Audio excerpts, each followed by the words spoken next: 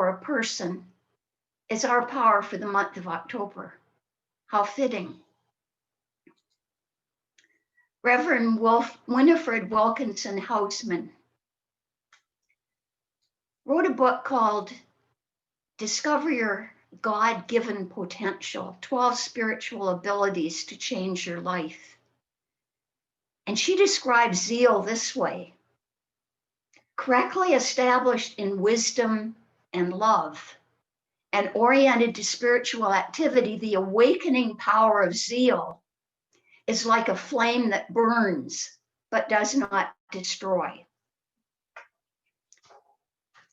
What do you think of zeal? Is it like a flame for you? Today I'll be focused on leaders who have demonstrated zeal.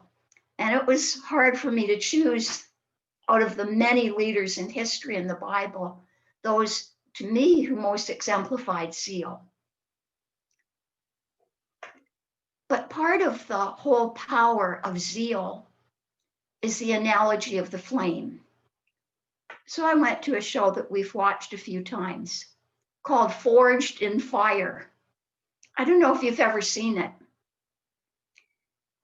The people have a goal, both men and women, to take a piece of metal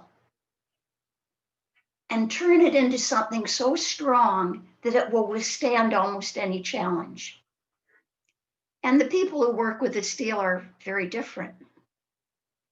You can see that they need to protect themselves because, like fire, zeal can burn us up. It needs to be directed. Yes, he's got big muscles and he probably looks like a model, but look what he's doing with that metal. He's shaping it. And that's what zeal does for us. We have to be careful that it doesn't burn us up. Way back in 1923, a man called F.D. Van Amberg wrote in a little magazine called The Mental Spark Plug. What a great title. It takes courage to be considered at times as a little too zealous. Has anybody ever accused you of being too zealous? Too this or too that? Too happy? Too over the top? Too excited? Moses was probably considered by the Pharaoh in Egypt to be too zealous. And he is attributed to have led thousands of Hebrews out of slavery. If you ever want to read a big adventure story, go to the Old Testament and read about Moses. Now, I was looking for a picture, but I thought Charlton Heston just doesn't do it. And I even found a little kid's cartoon with Moses and all the little cartoon figures laughing, but none of it did tribute to Moses. So when you think of zeal in the Bible, you might want to think of Moses. Or you may want to go to someone who showed a quieter kind of zeal. I love the book of Ruth because it was the one book of the Bible when I was studying the metaphysics and interpreting Hebrew traditions, the one book in the Bible, a little wee book that had no killing. It was a book about quiet love, quiet zeal, the zeal of Ruth, daughter-in-law of Naomi. And I think I may have shared several presentations back, about how Ruth decided that when Naomi left after her husband had died, Ruth said, "I'm coming with you." Naomi said, no, you don't have to come. Ruth said, "Yes, I'm coming." Her zeal as a devoted daughter-in-law led her to follow her mother-in-law, to even go out into the fields before modern machinery, I tell you, and go out and work in the field to gather barley to take home to her mother-in-law. If you want to read a story of love and quiet, passionate zeal, read Ruth. And the third, David. Now, David showed a variety of zeal. He had zeal, certainly, as a little shepherd boy when he's said to have slain a huge giant, the Goliath. He is listed in, well, he's 66 chapters of the Bible are dedicated to David. In the Chronicles of Samuel, David is called a skillful musician, a mighty man of valor, a warrior. The Lord is with him, said Samuel. Now, when I read David, I saw lots of examples of zeal over the top.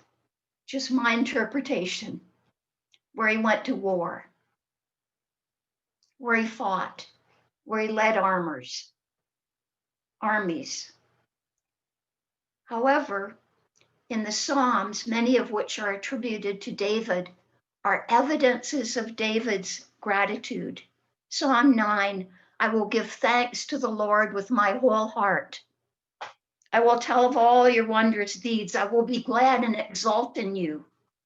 I will sing praise to your name, O Most High. Fitting for us to think of this on Thanksgiving Day. And naturally, Jesus,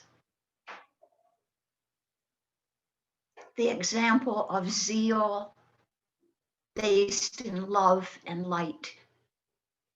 The prime model for us to follow in terms of showing our love to children, to the poor, to people of all nations and nationalities, young and old. And in the face of danger, Jesus certainly demonstrated zeal, courage. I did not show a crucifix. I grew up seeing the crucifix. And there are many who would say that was the ultimate in zeal, to die on the cross. To me, the ultimate in zeal, from my perspective of Jesus, was to show enduring love, knowing that he would be criticized for it, knowing that ultimately he would die for it. Zeal is like a little light that we protect. And next week, we'll talk more about your zeal and how you can develop your own zeal. And right now, if you consider a person or a cause in your life that is so close and special to you, think of it as you protecting that light so it won't go out. And in time, that light will become many lights. And that's what happened with our leaders who demonstrated zeal. Harriet Tubman, an amazing woman, and you'll see her picture in a few minutes, grew up as a slave. She was only 6 years old when her family sent her to be a nursemaid to babies. She was beaten in the plantation. She suffered a wound that she would have for life. And yet, everything she did, she attributed to her faith in the Lord. 'Twant me, 'twas the Lord. I always told him, I trust to you. I don't know where to go or what to do, but I expect you to lead me. And he always did.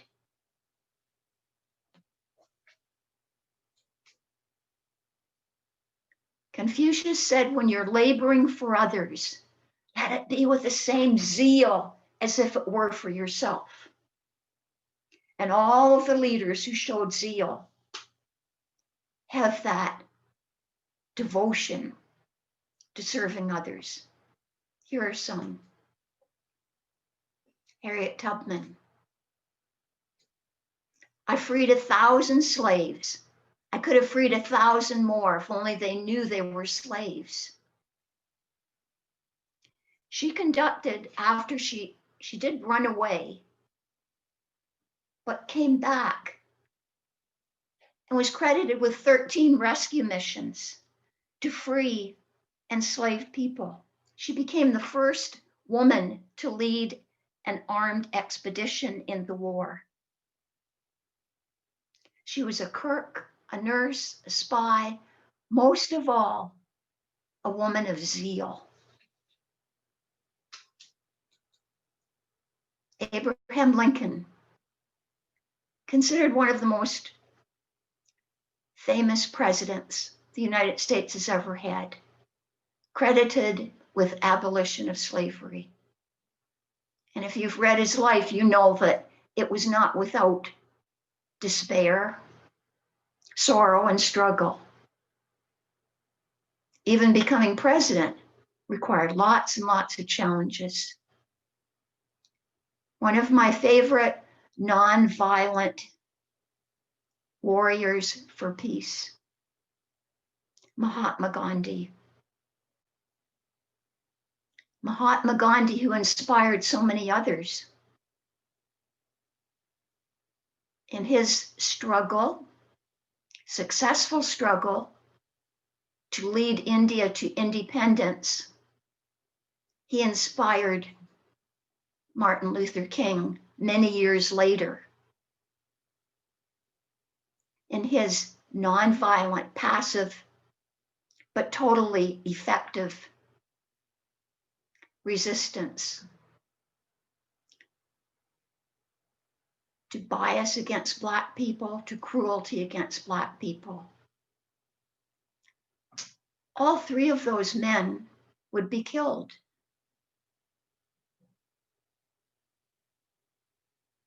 Defending others. This lady might be familiar to Grace. I'll bet she is. One of the most famous nurses, called the Lady with the Lamp. Florence Nightingale, founder of modern nursing,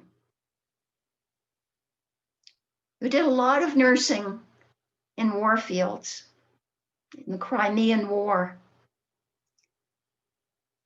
Way back when Florence Nightingale lived, she developed a way of analyzing mortality rates. That sounds so modern. And yet her zeal for healing was to change nursing forever. And another woman, Mother Teresa. In 1950, when she was 40 years old, Mother Teresa founded the Missionaries of Charity. It was a Roman Catholic religious congregation. By 2012, there were over 4,500 nuns active in 133 countries. And they made the same vows that other nuns made: chastity, poverty, and obedience, but they added another promise, another vow, to give wholehearted free service to the poorest of the poor. They still manage homes for people who are dying of HIV, AIDS, leprosy, and tuberculosis. They run soup kitchens, children's and family counseling programs, orphanages, schools, all spurred on with a zeal of love, the zeal of caring. And we come to Charles Fillmore, founder of Unity. His zeal was intellectual.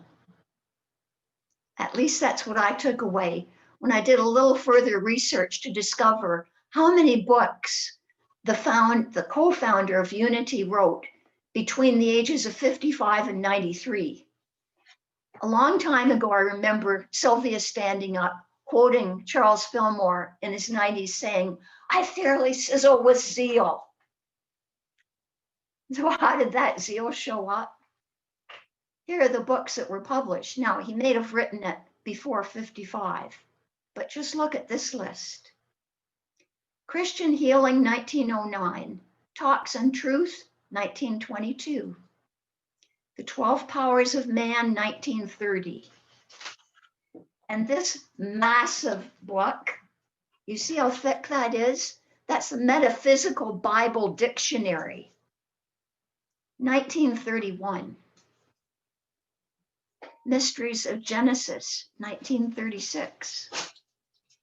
Prosperity, 1936. Jesus Christ Heals, 1939. After Myrtle Fillmore, his wife, passed away, Charles co-wrote a book with his second wife, Cora Fillmore, called Teach Us to Pray.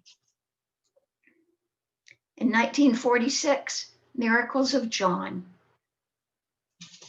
And in 1949, 1 year after he died, look at the title, Autumn Smashing Power of Mind. Yes, he was sizzling with zeal, and his sizzle with zeal led him to write a most incredible book. Myrtle Fillmore, certainly filled with zeal. Her book, How to Let God Heal You, represented her life. And her life was not an easy life. I remember reading about a description of her when her younger, 14-year younger husband had gone through two bankruptcies. Myrtle was ill, she thought she was dying, and she couldn't take care of her children. Her aging mother-in-law came in to prepare food for the family. There is no limit to spiritual unfoldment. That is zeal. No limit. Consider that. Consider this is what Myrtle lived, how she shared, how she prayed, how she inspired us. And to her, based on her own experiences dealing with poor health, bankruptcy, and a massive responsibilities, all new experiences that try your faith are just opportunities to make the good manifest.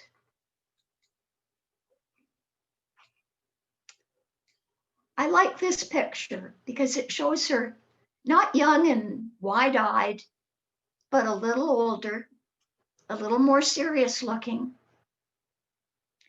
And the person who wrote this book called The Life of Myrtle Fillmore, like a torch bearer to light your way. Can you picture her? As though she was holding the torch. All of her writing, all of her living meant to inspire with zeal. And today, in honor of our Thanksgiving Day, I found from the Unity Archives, whoops, oh dear, sorry, previous.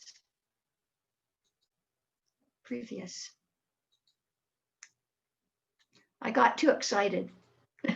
For the spirit of thankfulness and appreciation and gratitude. God of thankful hearts, I thank you.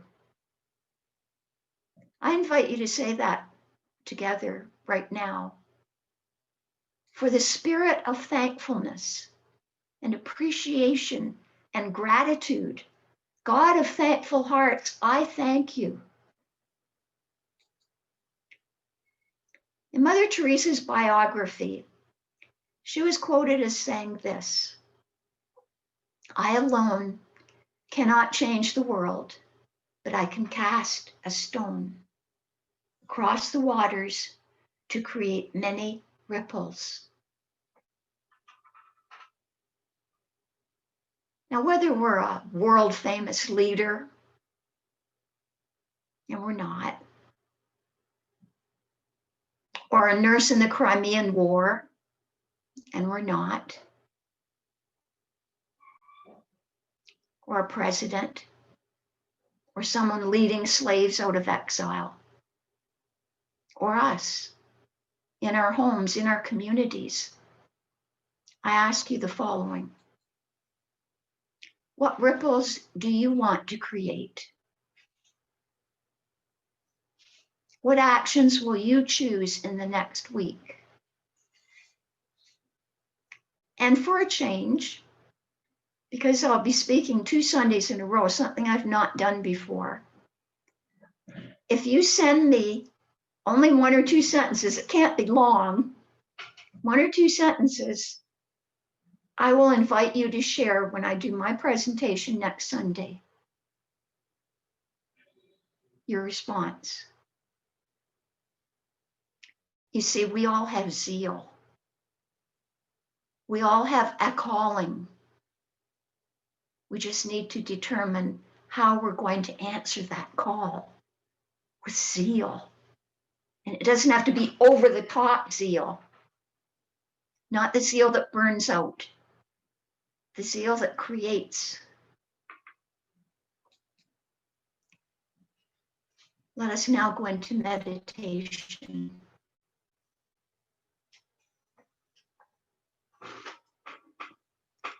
With this visual, you don't need to close your eyes yet.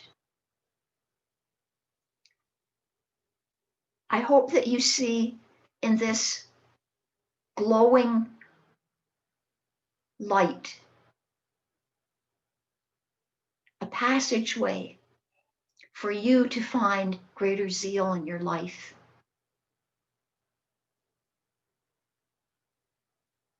I invite you to close your eyes if you choose, to become comfortable where you're sitting, to anchor your feet on the floor.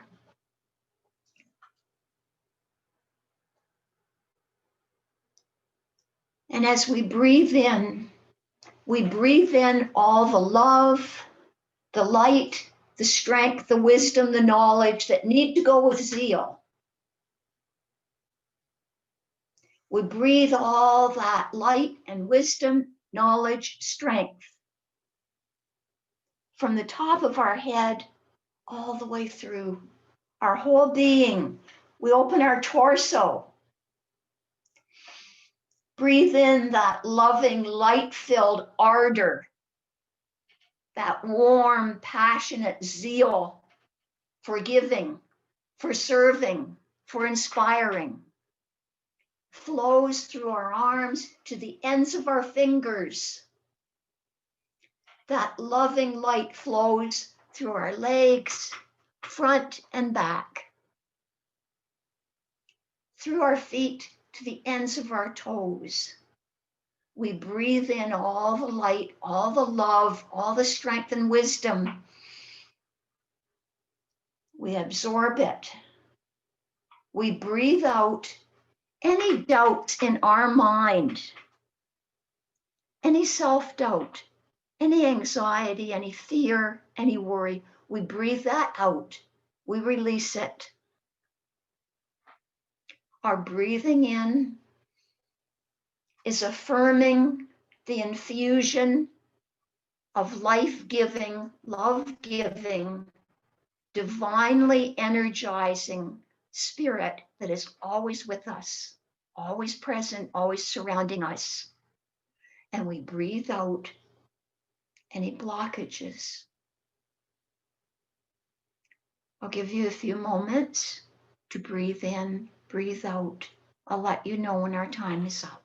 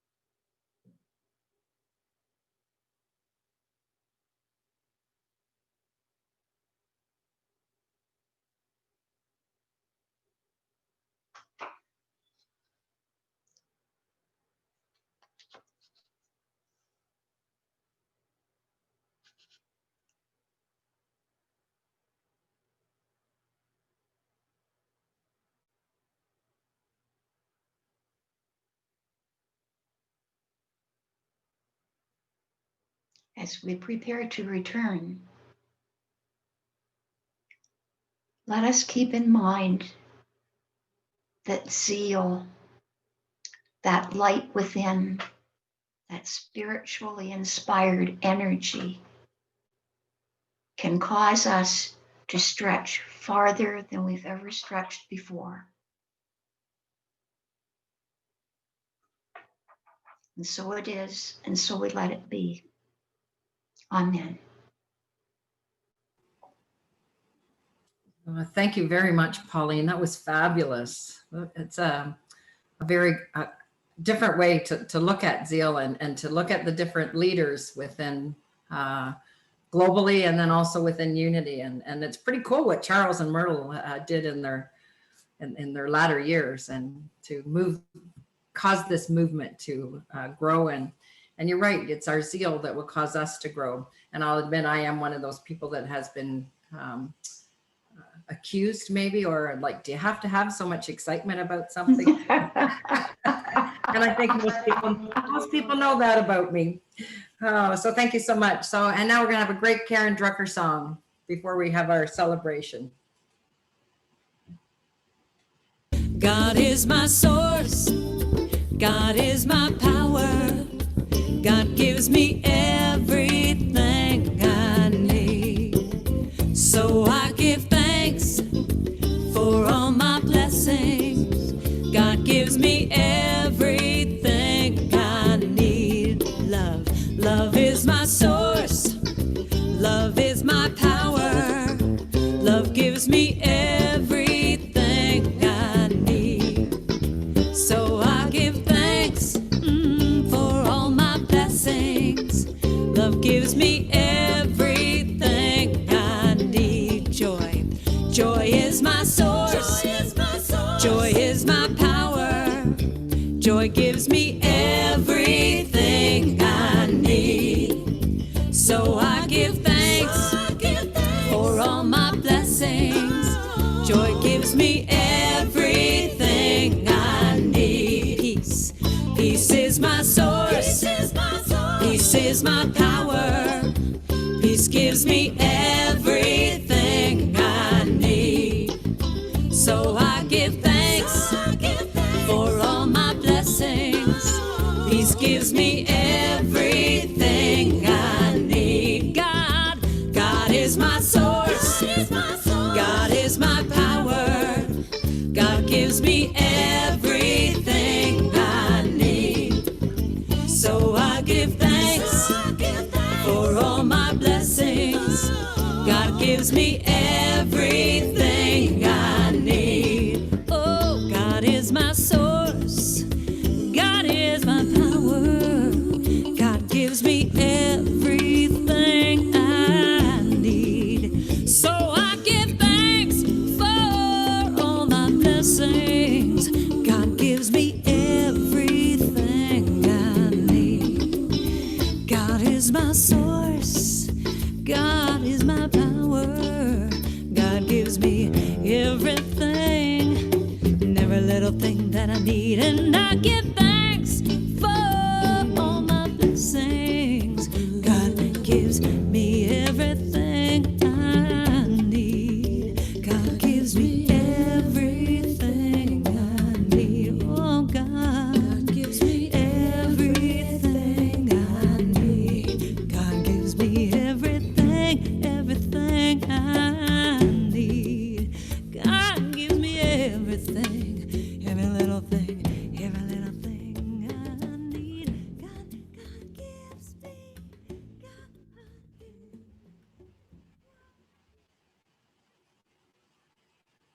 Every little thing, including our zeal and also, of course, our prosperity. So we always like to take a few moments to thank everyone for continuing to tithe to your spiritual community, give gifts to the community that spiritually feeds you. We all continue to be prosperous together because we know that that's how the flow of prosperity works. Source gives it to us, we give it away, and it grows.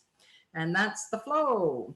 And now we'll do our prayer for protection. So again, feel free to speak this out loud with me. Wherever you are, always remember that the light of God surrounds you. and the love of God enfolds me. The power of God protects me. The presence of God watches over me. And wherever I am, God is. So all is well. And in the spirit of unity of London, yeah, and it's Celebration Sunday.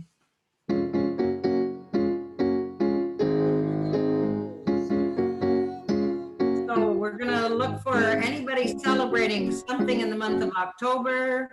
Just raise your hand and then we'll have you unmute yourself and share. I got no hands up yet, Larry. Maybe we should keep celebrate good times. Come on.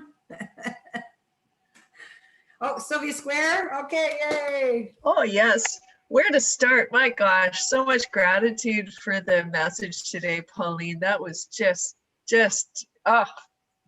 uplifting and just filled my heart. Thank you. And Sylvia, I think you fairly sizzle. There's your zeal. I'm so grateful that I'm going to be able to have my parents here to dinner, and we're going to, God willing, we're going to get them on Zoom, which will be a wonderful, wonderful gift going ahead, you know, connecting us all across the country. So I'm very grateful for that, and for the abundance from my garden that is going to make up our dinner tonight. So. And then the final thing, I'm so grateful for all these faces I see each weekend. And I always imagine, as we're singing the peace song and we lift our hands, I imagine that our hands we're holding our hands. And I'm so grateful for that. So much love to all of you. Oh, thank you, Sylvia. We love you back. Next, I see Peggy, you're unmuted. Short on the camera. No, I'm Oh, I'm going okay. to celebrate my friend Janet Anderson, who's not online today. But as always, she and her brother are making a Thanksgiving dinner. And as some of you know, I'm gluten-free. So she searched the city for gluten-free pumpkin pie at great effort. And her brother makes the turkey and stuffing, and they make, for me, they always make gluten-free stuffing so that I don't have to miss out. So that's true friendship. So I celebrate that. Excellent. George and Barb, I see you. You're unmuted. You've got something you want to celebrate? George and I celebrated our anniversary yesterday. Yay! How many years? Well, 11 years officially, but 20, like another 9 besides that. So Excellent. Awesome. Took you a long time to make up your mind. Yeah.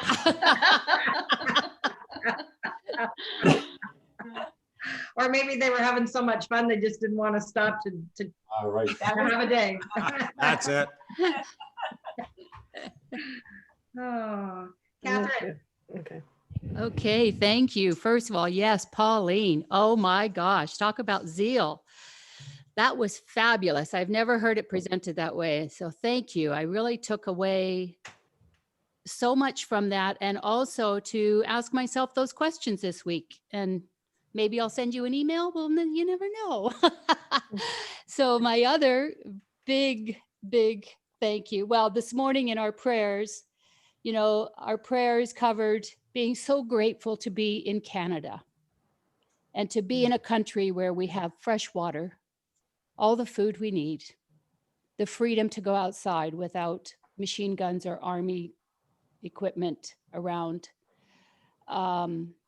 fresh air, good friends, people we can trust. Just the list goes on and on and on for being in this awesome country of ours that believes in peace. And so I just know that we're going to make it a day at a time, no matter what happens. And doing it with zeal is just going to make it so much more fun. So, and I have a pre-announcement. It's an announcement, Larry says. I got a call from my master's thesis professor, and she has reviewed my thesis and my exams, and she had 2 very small corrections that I needed to talk to her about. And she said, this is not official, but believe me, you have passed. You have nothing to worry about. So, yay! Whew. Oh, awesome. Congratulations, Catherine. Wow. Thank you. And Larry has a gratitude. My mommy's 88 today. She's coming over for turkey dinner and I'm cooking it for her. Yeah. Aw. Birthday, Happy Larry's birthday. mom. And she's 88, but full of zeal, full of life, and just a going concern. So very grateful for that. Yep. And all our veggies are from our garden, thanks to Barb and George and us. Well, I did hear that 80's the new 50, so. We'll let her know that. Oh, Renee? Yes. Hi, everybody. Pauline, amazing, zealous, I guess, talk. And just it kind of ignites a little fire under my butt to, think about those things that we need to do. And, when I see the people around me that have that zeal and just that energy, it just sparks mine as well. And I've been known to be a little bit overjoyed, and I'm glad that I am. Times, do the wave. But other than that, I just want to, celebrate that my daughter's home from British Columbia. And hopefully for a little while, we don't know how long, but just glad to have her home. And of course, she's got a vehicle now, so she left again this morning to travel a little bit, not too far away. It's a little sad to see her come home and then all of a sudden leave again, going, no, stay. But no, it's just a blessing, and yeah, it's really blessed that I have, my daughter home. So Wonderful, wonderful. That's so great. That's awesome. Excellent. Any other celebrations? Now, also, as we have been doing each week, if you don't have something you'd like to share about celebrating, but you have a question or a comment for Pauline, feel free to, again, unmute yourself and ask a question. Or again, it was a fabulous talk, just very well done. Thank you so much, Pauline. But feel free, anybody that would like to speak, just take your turn. That's it? Okay. Oh, I see Lois. Okay. Couldn't unmute. Just unmuted now. No, I wanted to say the same thing to Pauline. It was just fabulous. So I'm looking forward to next Sunday listening to it. Yeah. Yes. Stay tuned. Stay tuned. Okay, I'm gonna do a one last round, and you're certainly welcome to stay on, but I'm gonna go see about where we are with our turkey dinner. I gotta get cooking too. So see One you later. quick question. Pauline, could you post your questions on the website, please? Yes, I will. Thank you. Perfect. And maybe And send them to Hilda to put into the this week at Unity, which